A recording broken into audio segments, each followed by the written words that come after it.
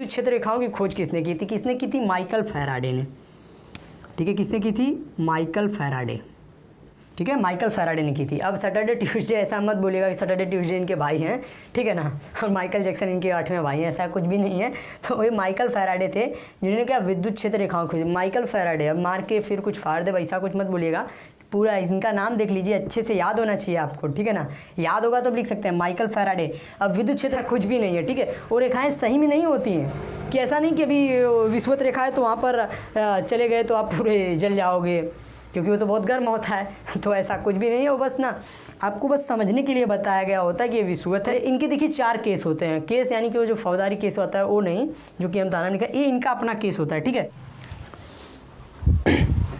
Hello दोस्तों, तो स्वागत है आपका हमारे चैनल D2 क्लासेस में। तो सबसे पहले चलते हैं, हम अपने इस चैनल का इंट्रो करते हैं। हमारे इस चैनल पर आपको मैथ, फिजिक्स और केमिस्ट्री से रिलेटेड इंपॉर्टेंट टॉपिक्स आपको यहाँ पर मिल जाएंगे।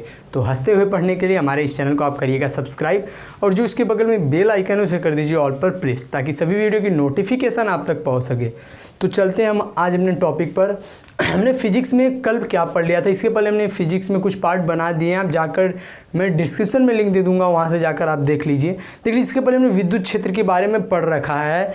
आज हमें पढ़ना है विद्युत क्षेत्र रेखाएं क्या होती हैं, ठीक है। जिन लोगों ने विद्युत क्षेत्र वाला मतलब पार्ट नहीं देखा है तो डिस्क्रिप्शन में लिंक दी गई है, वहाँ से आप जाकर देख सकते हैं। तो देख लीजिए विद्युत क्षेत्र रेखाएं क्या होती हैं। पहले तो जान लेते हैं विद्युत क्षेत्र रेखाओं की खोज किसने की थी। किसने की थी? माइकल फैराडे ने, ठीक है। किसने की थी? Michael Faraday.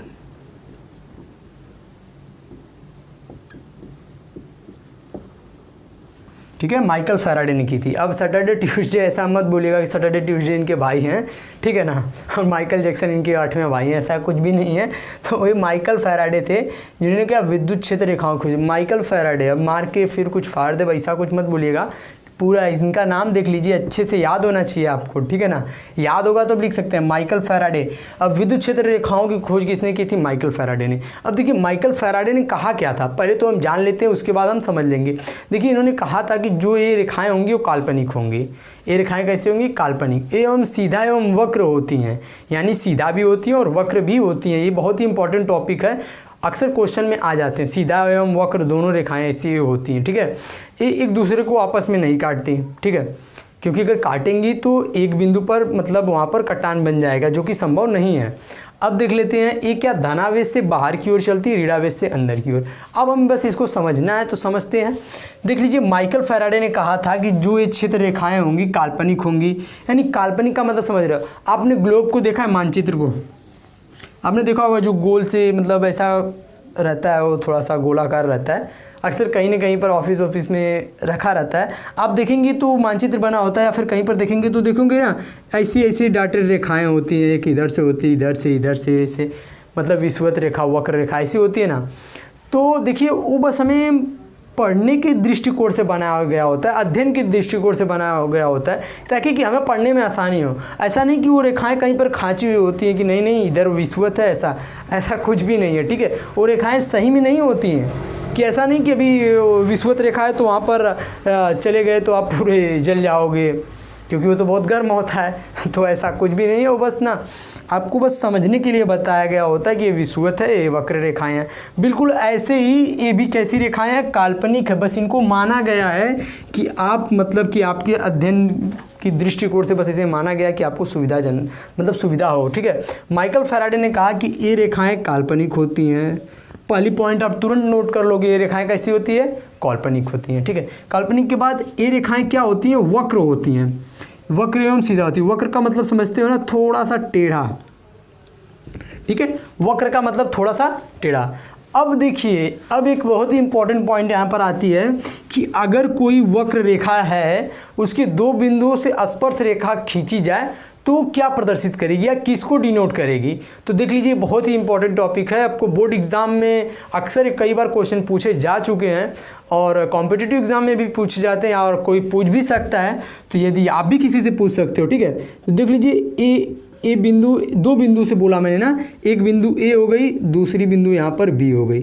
अब ये स्पर्श रेखा ऐसे मतलब स्पर्श रेखा देखिए स्पर्श करती हुई खींची जाएगी, बिल्कुल ऐसे, ठीक है। बी से अगर स्पर्श रेखा खींचें तो यही क्या हो गया, इसकी स्पर्श रेखा, यही हो गया स्पर्श रेखा। अब देखिए स्पर्श रेखा अगर हम जब दो बिंदु मतलब खींचेंगे किसी वक्र पर तो ये विद्युत क्षेत्र की तीव्रता को मतलब प्रदर्शित करेंगे। किसको? विद्युत क्षेत्र की तीव्रता को, विद्युत क्षेत्र की तीव्रता को, ठीक है ना।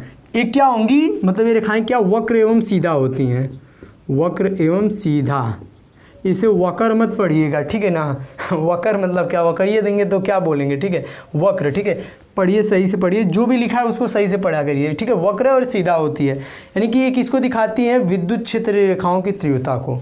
तो अब आप इसे देखिए, कभी भी स्पर्श रेखा आप कभी देखिए स्पर्श रेखा ऐसी खींची हुई होती है, ये कहाँ की स्पर्श रेखा हुई? ठीक है, स्पर्श रेखा नहीं है, स्पर्श रेखा यानी कि स्पर्श करती हुई खींची जाए, तो ठीक है। तो ये हो गया विद्युत क्षेत्र रेखाओं की तीव्रता को प्रदर्शित करती हैं।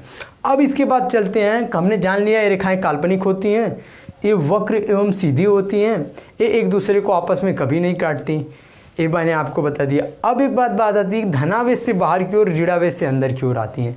ये बात जान लेते हैं हम। तो देख लीजिए, ये बात जानने से पहले इनके देखिए 4 केस होते हैं। केस यानी कि वो जो फौजदारी केस होता है वो नहीं, जो कि हम धारा में लिखा, ये इनका अपना केस होता है, ठीक है। तो देखिए केस फर्स्ट केस इनका क्या है, ठीक है ना। फर्स्ट केस इनका क्या है कि जो अगर मान लीजिए धन आवेश है यहाँ पर, ठीक है, तो अगर अनंत से मान लीजिए कोई रेखा आ रही, ये जब भी रेखा आएगी तो अनंत से आएगी, ठीक है। तो देखिए ये हो गया आपका धनावेश। देखिए धनावेश है, तो मैंने बोला कि धनावेश से मतलब ये किधर की जाती हैं? बाहर की ओर जाती हैं। यानी कि जब ये रेखाएं निकलेंगी धनावेश से तो कहाँ तक जाएंगी? अनंत तक जाएंगी। कोई पूछ दे कि धनावेश से निकली हुई रेखा कहाँ पर जाती है, तो आप क्या बोलोगे? अनंत तक जाती है। फर्स्ट केस हो गया। अब इसका हम बात करते हैं सेकेंड केस के बारे में। सेकेंड केस क्या होता है कि यदि मान लो ए हो ऋणावेश, अगर ऋण आवेश हो तब क्या होगा? मैंने बोला था ऋण आवेश से क्या होती हैं? अंदर की ओर आती हैं, यानी कि ये तो अनंत तक जाएगा, लेकिन जो इसमें क्या होता है, अनंत से रेखाएं आती हैं, ठीक है, अनंत से रेखाएं इसमें आती हैं, ठीक है। अब ये रेखाएं क्या होंगी? अंदर की ओर आएंगी। चिन्ह जो आप सही से लगाना, कभी कभी क्वेश्चन भी दे देता है, आपको पूछ देगा, ठीक है। क्वेश्चन कैसे दे देगा कि आपको ऐसा ही चित्र बना देगा और यहीं पर एक जो होगी ना रेखा, उसको ऐसे उल्टा लगा देगा और बोलेगा कि आप बताइए चित्र सही है कि गलत। तो कहाँ पर सही है? धनावेश से तो बाहर की तरफ जाती है, तो अंदर की तरफ दिखा दिया, तो ये चित्र गलत हो जाएगा। हमेशा बाहर की तरफ दिखाना। फर्स्ट केस सेकेंड केस हम समझ लिए।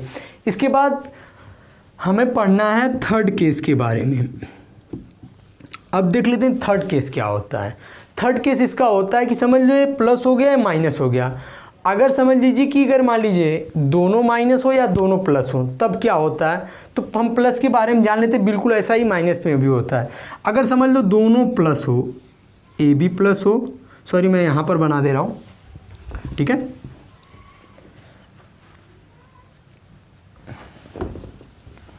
ठीक है, मैं यहाँ पर बना दे रहा हूँ सेकेंड वाला, थर्ड वाला, ठीक है।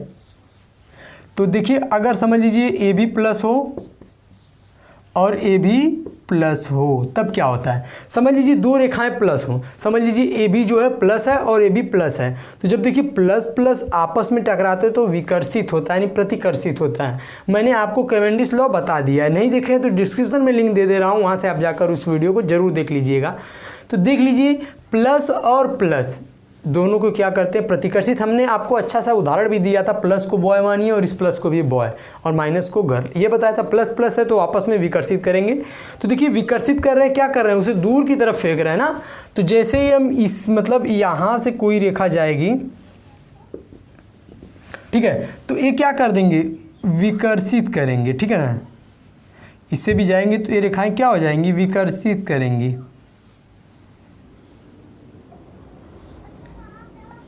ठीक है। ये क्या करेंगी? विकर्षित करेंगी। ये दोनों रेखाओं को क्या करेंगी?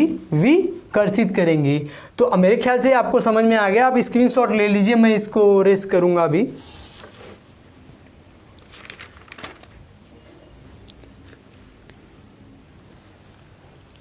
ठीक है, तो इसके बाद हम पढ़ेंगे लास्ट और आखिरी है केस नंबर 4, ठीक है। अब आप इसमें बताइए कि इसमें किस प्रकार की प्रक्रिया संभव है, इसमें बताइए किस प्रकार की प्रक्रिया संभव है। मान लीजिए यही चित्र आपको दे देगा, ठीक है, बाहर की ओर जाती है, ठीक है,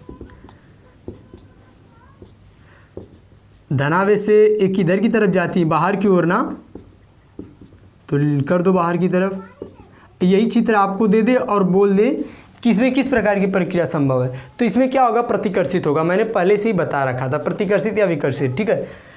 तो इसमें क्या होगा, प्रतिकर्षण। अब लास्ट और आखिरी जो फोर्थ है वो हमें पढ़ना है। अगर एक प्लस हो और दूसरा समझ लो आपका क्या हो, माइनस, तब क्या होगा। एक प्लस हो दूसरा, मैंने बताया कि धनावेश से बाहर की ओर जब चलती हैं तो ऋणावेश से किधर की तरफ चलेंगी, अंदर की ओर। तो ये क्या होगा, समझ लीजिए कि इसको कुछ दिया ऐसे, ठीक है, फिर यहाँ से एक रेखा निकली और यहाँ पर आई, फिर इसने और कुछ दिया, अब बिल्कुल ये ऐसे ही चलता रहेगा, ठीक है। ये एक दूसरे को नहीं काटेंगी, ठीक है, रेखाएं इतनी दूर दूर होती नहीं है, बस आपको समझने के लिए बता दे रहा हूँ। तो ये क्या होगा, पहले पूर्व सब बना लेते हैं रेखाएं। धनावेश से बाहर की ओर और ऋणावेश से अंदर की तरफ, ठीक है।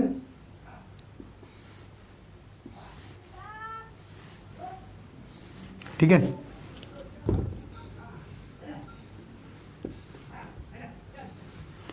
अब इसको कोई फल मत समझिए, ठीक है, ये कोई फल नहीं है, बस बता रहा हूँ क्या होगा। धनावेश से बाहर की तरफ, तो देखिए धनावेश से बाहर की तरफ का चिन्ह मैंने बना दिया, और ऋणावेश से अंदर की तरफ देख रहे हो ना, ऋणावेश से अंदर की तरफ जा रही हैं रेखाएं सभी, और देखो ऋणावेश से अंदर की तरफ आती तो यहाँ पर ऐसा चिन्ह होना चाहिए, ठीक है, और धनावेश से बाहर की तरफ। ये आपको समझ में आया, धनावेश से बाहर की ओर, ऋणावेश से अंदर की तरफ होती है। अब देखिए कहीं पर ये रेखाएं आपस में काटी हैं, नहीं काटी हैं, तो अब आप इसकी डिफिनेशन क्या लिख सकते हो, विद्युत क्षेत्र रेखाओं का, इलेक्ट्रिक फील्ड लाइन, इसका एक और नाम होता है विद्युत बल रेखाएं होती है, ठीक है ना, विद्युत बल रेखाएं। तो इलेक्ट्रिक फील्ड लाइन के बारे में पूछ दे, या विद्युत बल रेखाओं के बारे में पूछ दे, या विद्युत क्षेत्र रेखाओं के बारे में पूछ दे, तो आप आसानी से लिख सकते हो। विद्युत क्षेत्र रेखाएं क्या होती हैं, काल्पनिक रेखाएं होती हैं जो एक दूसरे को आपस में कभी नहीं काटती, ये सीधा एवं वक्र होती है, ठीक है, सीधा एवं वक्र होती है, जिसकी खोज किसने की थी, माइकल फैराडे ने की थी। इनके 4 केस होते हैं, चारों केस बना दीजिए, और इसको भी यदि आप बना सकते हो तो बना दीजिए। विद्युत, मान लीजिए आप कैसे इस लिख सकते हैं कि किसी वक्र के 2 बिंदुओं से खींची गई स्पर्श रेखा विद्युत क्षेत्र रेखा की तीव्रता को प्रदर्शित करती है। और मेरे ख्याल से आप में आपके एक भी मार्क्स आपके बिल्कुल भी नहीं काटेंगे और आसानी से आपको मिल जाएगा। तो हमारे इस चैनल को सब्सक्राइब कर दीजिएगा। यदि ये वीडियो आपको अच्छा लगा हो तो लाइक करिए, ज़्यादा से ज़्यादा लोगों के पास शेयर कीजिए। And thanks for watching my video. Take care.